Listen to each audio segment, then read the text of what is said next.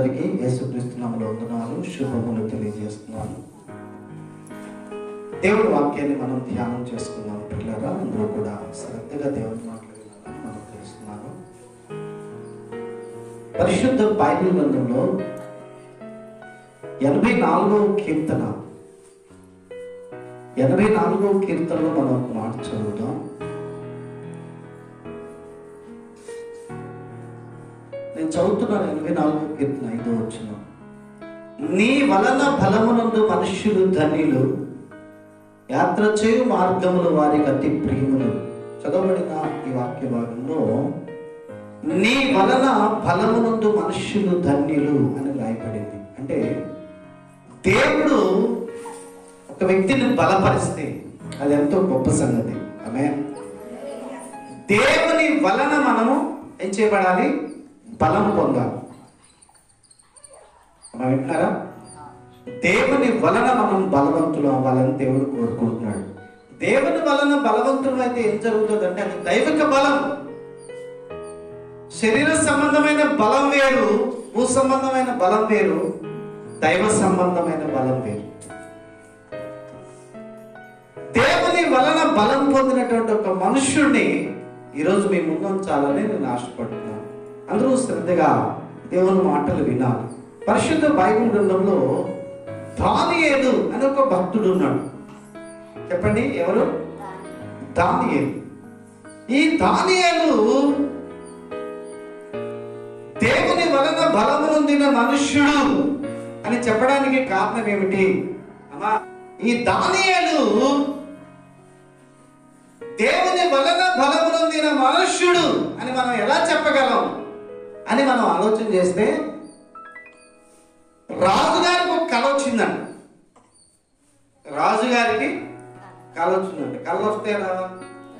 వస్తాయి. సరే, రాజ్యంలో చాలా మంది జ్ఞానవంతులు, పండితులు జీతాలు ఇచ్చి పెట్టుకుంటాడు రాజుగారు.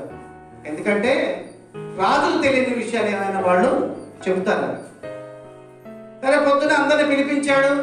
పండితులు, జ్ఞానవంతులు, రాజ్యంలో ఉన్నటువంటి తెలివైన వాళ్ళందరినీ కూడా పిలిపించాడు రాజుగారు. అందరూ వచ్చారు, రెడీగా ఉన్నారు. రాజుగారు కళ చెప్తే దాని భావం చెప్పాలని రెడీగా ఉన్నారు.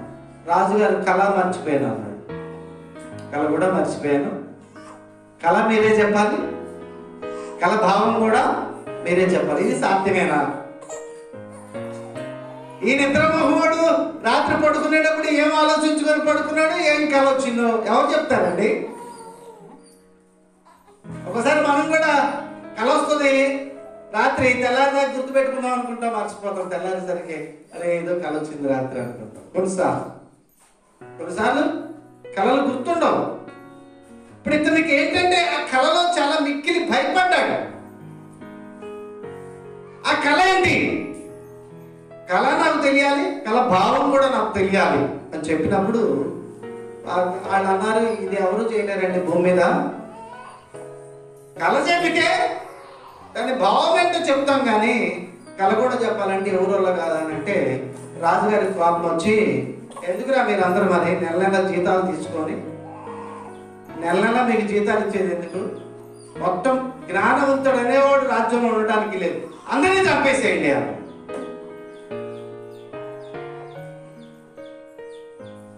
ఏదో కథ చెప్పినట్టు ఒక ఆయన బాగా గొప్ప ధనవంతుడు, చాలా గొప్ప ధనవంతుడు, కూతురికి జబ్బు చేసింది. అతనేమనుకున్నాడంటే, ఇంత డబ్బు ఉంది నా దగ్గర, ఇంత బంగారం ఉంది, ఇంత ఆస్తి ఉంది, నా కూతురికి ఏమవుతుందిలే అనుకున్నాడు. డాక్టర్ గారు చేసినంత మట్టుకు చేసి చచ్చిపోయిన శవాన్ని ఇచ్చారు. అతను ఆశ్చర్యం, ఇంత డబ్బు ఉండి ఈ డబ్బు నా కూతురును బతికించలేకపోయింది, కాబట్టి నాకెందుకు ఈ డబ్బు అని మొత్తం గదిలో పెట్టి ఆ డబ్బంతా తగలబెట్టేసి, నా బిడ్డను బ్రతికించడానికి పనికిరాంది నాకెందుకు? అంతకుముందు డబ్బు మీద బాగా ఆధారపడి ఉంటాడు. ఇంత డబ్బు ఉంది కాబట్టి నాకేం కొనలేదు, నేనేమైనా చేయగలను అనుకొని ఉండొచ్చు. కానీ ఇప్పుడు ఏమైందంటే ఆ డబ్బు తనకు ఉపయోగపడలేదు కాబట్టి ఉపయోగపడుతుంది నాకెందుకు అని చెప్పి మొత్తం తగలబెట్టేశాడు.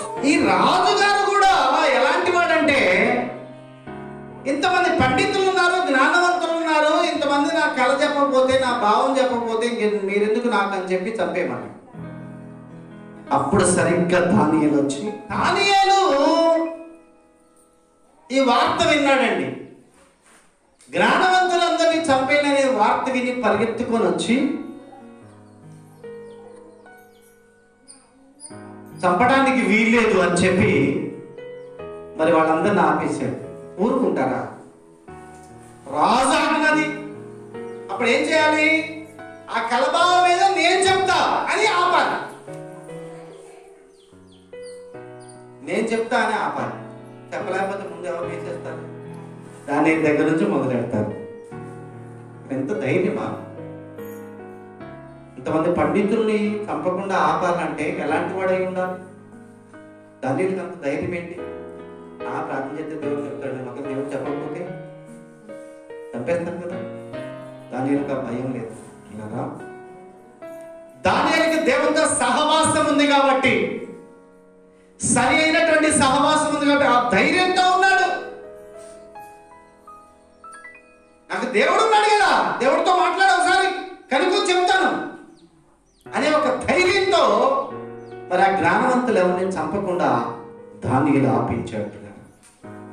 వెళ్ళి ప్రార్థన చేసి దేవుడి దగ్గర ఆ కళ ఏంటో కనుక్కొని ఆ భావం ఏంటో కూడా కనుక్కొని వచ్చి రాజుగారికి చెప్పినప్పుడు రాజే దానియేలుకి సాష్టాంగపడ్డాడు. మరొకసారి బెల్షాజరు అనే ఒక రాజు ఉన్నాడు. ఆ రాజుగారు చుట్టుపక్కల రాజులందరినీ పిలిచి ఒక పార్టీ ఇచ్చాడు. చుట్టుపక్కల రాజులందరినీ పిలిచి మందు పార్టీ ఇచ్చాడు. అందరూ వచ్చారు. మందు తేనో తాగితే ఏమైంది? అందరికి బంగారు పాత్రలు ఉండాలి, బంగారు గిన్నెల్లో మనం మందు పోసిద్దామని చెప్పి, అన్ని గిన్నెలు ఎక్కడ దొరుకుతాయి రాజా అంటే, మందిరంలో ఉన్నాయి కదా, అవి తెప్పించండి అన్నాడు. దేవుని మందిరంలో ఉన్న బంగారు పరికరాలు తెప్పించి వాళ్ళందరూ మందు తాగడానికి వాడేశారు. మీటింగ్ అయిపోయింది. అందరూ ఇంట్లో వెళ్ళిపోయారు. రాజుగారు ఒకటే కూర్చొని ఆలోచించి భలే మోసం మందు. అందరూ ఆశ్చర్యపోయారు. బంగారు గిన్నెలో తాగారు అందరూ అని చెప్పి ఆశ్చర్యపోతా ఆలోచిస్తా ఉన్నప్పుడు ఒక చెయ్యి, మనిషి లేడు, ఒక చెయ్యి మాత్రమే వచ్చి గోడ మీద ఏలుతో అక్షరాలు రాసేసి వెళ్ళిపోయింది. మేనే మేనే టేక్ లోపార్సిస్ అని గోడ మీద రాసి వెళ్ళిపోతే రాజుగారి జ్వరం వచ్చేసింది. ఇదేంట్రా, ఏంటి దీని భావం ఏంటి, నాకేం అర్థం కాలేదు. అప్పుడు రాజుగారి భార్య వచ్చి, మన రాజ్యంలో ఒక మనుష్యుడు ఉన్నాడు, మన రాజ్యంలో ఒక మనుష్యుడు ఉన్నాడు, అతడు చూడటానికి మనిషిలాగే కనబడతాడు, చూడటానికి మనిషిలాగే కనబడతాడు, దేవదూతల వంటి వాడతాడు, అతన్ని పిలిపించు. మీ నాన్నగారి కాలంలో సమస్య వచ్చినప్పుడు కూడా అతన్నే పిలిపించారు. ఎలాగండి? రాజుగారి భార్య వచ్చి చెప్పినప్పుడు ఆ దానియేలుని పిలిస్తే దానియేలు వచ్చి దాని అర్థమంతా కూడా దేవుడిని అడిగి ఆ అర్థాన్ని రాజుకి వివరిస్తాడు. ఎందుకు ఈ మాటలు చెప్తున్నానో తెలుసా పిల్లరా? దానియేలు దేవుని వలన బలము నొందిన మనిషి కాబట్టి రాజుకు అవసరమైనప్పుడు దానియేలు మీద ఆధారపడ్డారు. దానియేలు దేవుని వలన బలము నొందిన మనుష్యుడు కాబట్టి అతడుంటున్న రాజ్యానికి సమస్య వచ్చినప్పుడు, లేకపోతే అక్కడున్న జ్ఞానవంతులకు సమస్య వచ్చినప్పుడు దానియేలు అడ్డుగా నిలబడ్డాడు. ఈరోజు నువ్వు దేవుని వలన బలం పొందితే ఎవరికి కష్టం వచ్చినా దేవుడు నిన్నే అడ్డుగా నిలబెడతాడు. హల్లెలూయా. దానియేలు దేవుని వలన బలం పొందినటువంటి వాడు కాబట్టి, దేవుని వలన బలం పొందడం అంటే ఏంటో తెలుసా? దేవుడు బలపరిచిన వ్యక్తి ఎలా ఉంటాడో తెలుసా? బాగా గంటలు ప్రార్థన చేస్తే దేవుడు బలపరిచిన మనిషి, వాక్యం చెబితే దేవుడు బలపరిచిన మనిషి, బాగా దేవుడికి కానుకలు ఇస్తా ఉంటే దేవుడి చేత బలపరచబడిన మనిషి. దేవుడికి కానుకలు ఇస్తే దేవుడు మళ్ళీ నీకు తిరిగిస్తాడు. ఇవ్వుడి, అప్పుడు మీకు ఇవ్వబడును. అది నీ భక్తిని చూపించదు, నీ ఆశీర్వాదాన్ని చూపిస్తుంది. దేవుడికి నువ్వు ఇస్తే నీకేమొస్తుంది? ఆశీర్వాదం వస్తుంది. ప్రార్థన చేస్తే ఏమొస్తుంది? సమాధానం వస్తుంది. కాబట్టి వీటిని బట్టి ఇతడు దేవుడు వలన బలపడిన వాడు అని చెప్పలేము. మరి దేన్ని బట్టి చెప్పగలమంటే, నీ స్వభావం పోయి దేవుని స్వభావం నీలోకి రావాలి. అప్పుడు నువ్వు దేవుని వలన బలం పొందిన మనిషి. నీ గుణాలు పోయి దేవుని గుణాలు నీలో కనపడాలి.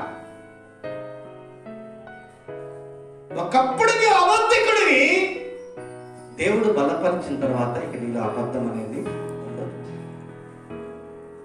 ఒకప్పుడు పగలు ప్రతీకారాలతో ఉన్నావు, దేవుడు బలపరిచిన తర్వాత ఇక నీలో అవేవి. దానియేలు సింహాల బోన్లో వేశాడు. సింహాలు ఎందుకు ఏం చేయలేదు అర్థం? పౌలు అంటాడు, క్రీస్తు యేసు స్వారూప్యం మీ అందు ఏర్పడేంత వరకు నాకు ప్రసవ వేదనగా ఉందని. మారాలి మీరు. ఎంతవరకు? యేసులాగా అయ్యేంత వరకు మారుతూనే ఉండాలి. మాట్లాడినప్పుడు యేసు కనపడాలి నీలో. నువ్వు నడుస్తున్నప్పుడు నీలో యేసునాథుడు కనబడాలి. నీ క్రియల్లో యేసునాథుడు ఉండాలి. దానియేలు సింహాల బోన్లో ఉన్నప్పుడు దానియేలు కాదు ఉంది, దానియేలులో ఉన్న దేవుణ్ణి చూసి సింహాలు భయపడ్డాయి. ఆమేన్. ఈరోజు దేవుని వలన బలం పొందేవాళ్ళు ఏముండాలి?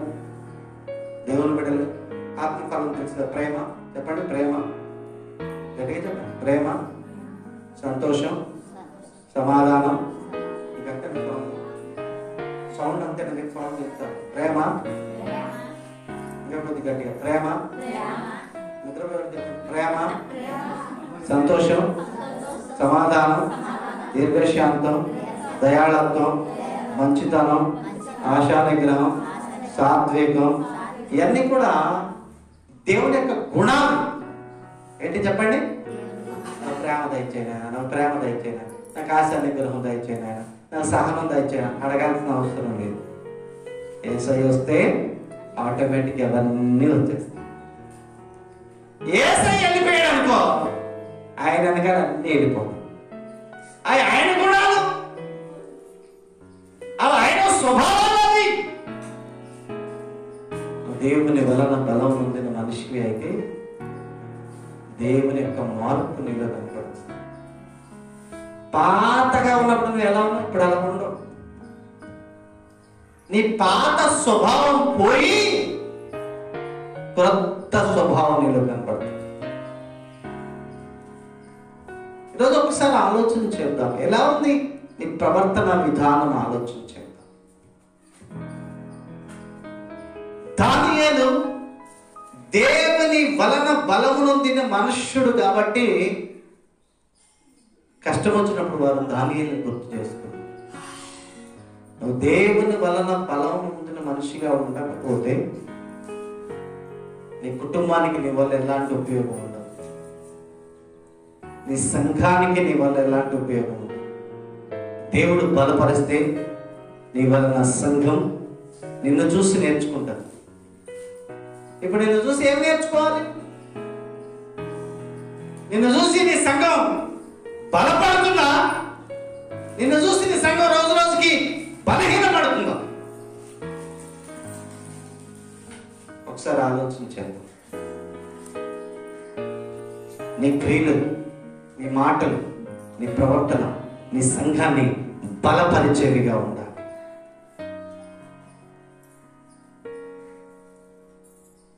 ఈ దానియేలు దేవుని వలన బలము నొందిన మనుషుడు కాబట్టి రాజులు అతని మీద ఆధారపడ్డారు. రాజ్యమంతా అతనికి సాష్టాంగపడేటట్లుగా దేవుడు అతన్ని హెచ్చించాడు. ఉందా నీకు దేవుడితో సహవాసం? దేవుడితో ఎప్పుడైతే నీకు మంచి సహవాసం ఉంటుందో దేవుడు నిన్ను వాడుకుంటాడు. దేవుడితో సహవాసాన్ని దానియేలు కలిగి ఉన్నాడు. దినములకు ముమ్మారు దేవుడి సన్నిధిలో ప్రార్థన చేశాడు. ఈ దానియేలు ఇంత గొప్ప వ్యక్తి అవడానికి కారణం ఏంటో ఒక మాట నేను చదువుతాను, దయచేసి అందరూ జాగ్రత్తగా వినండి పిల్లలు. దానియేలు గ్రంథం 6వ అధ్యాయం, దానియేలు గ్రంథం 6వ అధ్యాయం 4వ వచనం చదువుతాం. అందుకు ఆ ప్రధానుల అధిపతులు రాజ్యపాలన విషయంలో దానియేలు మీద ఏదైనా ఒక నింద మోపం వలన నుండి తగిన హేతు కనిపెట్టుచుండేది. గాని దానియేలు నమ్మకస్తుడై ఏ నేరమైనను ఏ తప్పైనా చేయవాడు కాడు గనుక దానియేలులో తప్పైనను లోపమైనను కనుగొనలేకపోయేది. ఈ దానియేలులో ఒక చిన్న తప్పైన ఒక చిన్న లోపమైన లేదని, అందుకే దేవుడు అతన్ని ఏర్పాటు చేస్తాడు. ఆమేన్, హల్లెలూయా. యేసయ్య అంటాడు, ఒక మొచ్చైన కళంకమైన అట్టిది మరి ఏదైనా లేకుండా ఉండడానికి నా సంఘము కొరకు నన్ను నేనే అర్పణగా బలిగా అర్పించుకున్నాను. సంఘం కూడా ఎలా ఉండాలంటే ఏ తప్పైనా ఏ లోపమైన లేనిదిగా నిష్కళంకమైనదిగా ఉండాలని ఆయనే అర్పణగా బలిగా అర్పించుకున్నాను. ఒకసారి ఆలోచించాను, నీ క్రియల వలన దేవుడు సంతోషిస్తున్నాడా, సాతాను సంతోషిస్తున్నాడా? నీ భక్తి, నీ విశ్వాసం దేవుని సంఘానికి క్షేమాన్ని కలుగు చేస్తుందా, లేక సంఘాన్ని పాడు చేసేదిగా ఉందా? నీ భక్తి, నీ విశ్వాసం సంఘ క్షేమము కొరకు నువ్వు ఏం చేయగలుగుతున్నావు? ఒకసారి ఆలోచించావు. ఈ దానియేలు గొప్ప ఉన్నతమైనటువంటి దేవునితో సహవాసం కలిగిన వాడు కాబట్టి అంత కష్టం వచ్చినప్పుడు కూడా వారి పక్షాన్ని నిలబడ్డాడు. వర్షం తనకి దేవుడితో సహవాసం ఉంది, అందుకని భయపడలేదు. భయం లేకుండా వెళ్ళాడు, చక్కగా ప్రార్థన చేశాడు, దేవుడిని అడిగాడు, వచ్చి చెప్పాడు. ఈరోజు అలాంటి సహవాసాన్ని దేవుడితో మనం కలిగి ఉన్నప్పుడు మాత్రమే మన జీవితంలో వెళ్తాం. ఎప్పుడైతే లోపాలు మనలో యాకోబు అంటాడు, ఈ లోపాలు మనం ఏం చేస్తాయంటే దారి తప్పిస్తాయి, దారి తప్పిపోతాం. ఏ లోపము లేని వారే దేవుడి సన్నిధిలో మనం జీవించాలని దేవుని వాక్యం సెలవిస్తుంది. సాధు సుందర్ సింగ్ గారు ఒక మాట అంటారు, చిన్న చిన్న క్రిములే, చూడటానికి కంటికి కూడా కనబడే క్రిములు నేను ఒక పెద్ద రోగాన్ని కలుగు చేస్తాయి. కరోనా వైరస్ అని ఎంత రోగం అది? కరోనా వైరస్ అని ఎంత క్రిములు అవి కంటికి కనబడవు, చిన్నవి, కానీ దేశాలు దేశాలు గడగడ వణికించేసి కుప్పలు కుప్పలుగా జనాలు రాలిపోయారు. చిన్న తప్పే కదా, చిన్న తప్పే కదా. సాధు సుందర్ సింగ్ గారు అంటారు, చిన్న చిన్న పొరపాట్లే ఒకరోజు చిన్న చిన్న క్రిములు పెద్ద రోగాన్ని కలుగు చేసినట్లుగా ఆ చిన్న చిన్న తప్పులే ఒకరోజు నిన్ను నరకానికి తీసుకెళ్ళిపోతాయి. ఒకరోజు నువ్వు దారి తప్పిపోయేటట్లుగా చేస్తాయి ఆ చిన్న చిన్న తప్పులే. కాబట్టి ఈ దానియేలు దేవుని చేత బలం పొందిన వ్యక్తి కనుక అతనిలో ఒక తప్పైన ఒక నేరమైన కనుగొనలేకపోయాడు. కారణం ఏంటి చెప్పనా? సింహాల బోర్లు వేసింది దానియేలు కాదండి, దానియేలులో ఉన్న దేవుడు. ఆమేన్. వాళ్ళు ఒక తప్పైన నేరమైన దొరుకుతాడని వెతికింది దానియేలులో కాదు, దానియేలులో ఉన్న దేవుడు. దేవుడే దానియేలులో ఉంటే ఇంకా దానియేలుని ఎవరేం చేయగలరండి? అలాంటి ఒక గొప్ప సహవాసాన్ని దేవుడితో మనం అలవాటు చేసుకున్నప్పుడే దానియేలుని దేవుడు ఎలా వాడుకున్నాడు, రేపు భవిష్యత్తులో దేవుడు మనల్ని కూడా అలాగే వాడుకుంటాడు. నీ సంఘ క్షేమము కొరకు దేవుడు నిన్ను వాడుకుంటాడు. నీ కుటుంబ క్షేమము కొరకు దేవుడు నిన్ను వాడుకుంటాడు. నీ గ్రామ రక్షణ కొరకు దేవుడు నిన్ను వాడుకుంటాడు. ఎప్పుడు ఏ తప్పైనను ఏ లోపమైన నీలో లేకుండా నమ్మకమైన భక్తి జీవితాన్ని నీవు కొనసాగించు. అలాగ నువ్వు జీవిస్తే దేవుడు తప్పకుండా ఆయన నేను అంగీకరిస్తాడు. నీ ఇష్టానుసారమైన భక్తి కాదు, దేవుని వాక్యానుసారమైన భక్తిని మనం అలవాటు చేసుకోవాలి. అలా మనం వాక్యానికి అనుకూలంగా మన జీవితాన్ని అన్వయించుకున్నప్పుడు మనల్ని బట్టి దేవుడు సంతోషిస్తాడు. దానియేలు వలె దేవుడు మనల్ని కూడా బలపరుస్తాడు.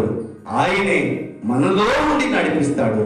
అట్టి కృప దేవుడు మనందరికీ దయచేయును గాక. ఆమేన్.